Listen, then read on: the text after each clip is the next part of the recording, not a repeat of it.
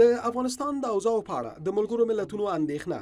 د افغانستان په چارو کې د ملګرو ملتونو خاص استازي تادامیچی یاماماتو د افغانستان په اړه د ملګرو ملتونو په یوې خاصې غونډه کې کابل کې سیاسي او امنیتي حالات ډېر د اندېښنې وړ بللي دي.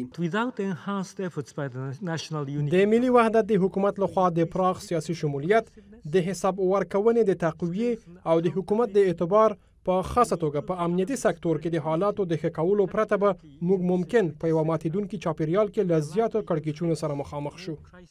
یاماماتو ویلي چې افغانستان کې سیاسي او امنیتي کړکېچ هغه وخت زیات شو چې د جوزا میاشتې په 10 کابل کې درنو چاودنو سلګونو کسانو ته زیاته مرګ ژوبله واړوله چې ورسره خلک د اعتراض په دود واټونو ته راووتل. سیاسي اختلافات په شدت قومي اساس لري. دا په یو داسې وخت کې چې داعش پر شیعه مسلمانانو د بریدونو په واسطه کوښښ کوي په هیواد کې فرقه‌ایي اختلافاتو ته لمن ووهي د اندېښنې وړ دي. د ملګرو ملتونو سیاسي استازي ویلي چې افغان حکومت او په کابل کې د بهرنیو هیوادونو سفارتونو د اوضاع د لا خرابېدو مخه ډپ کړه. ملګرو ملتونو ویلي چې که افغان حکومت خپل حکومتوالۍ کې بدلون رانولي ممکن کړکېچ نور هم زیات شي. د ټولو د شمولیت او د سیاسي ثبات لپاره د اجماع جوړول حیاتي ده. له ټولو نیوکو سره ملګرو ملتونو د سولې پر راوستلو او د فساد په له منځه وړلو کې د افغان حکومت لاسته راوړنې ستایلې دي. په ملګرو ملتونو کې د افغانستان دایمي استازی محمود سایقل وایي چې افغانستان له ترهګرۍ سره د مبارزې په لومړۍ کرښه کې دی.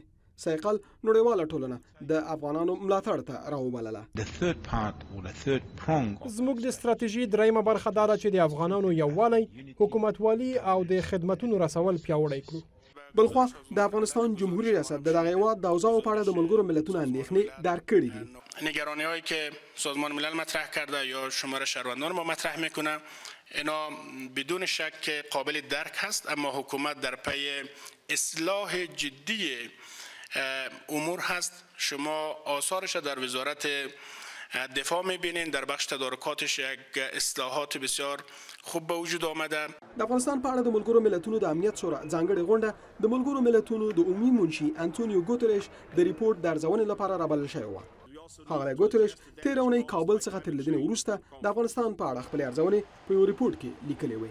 احمد شکیب دوست، د امریکا غږ، آشنا تلویزیون، واشنگټن.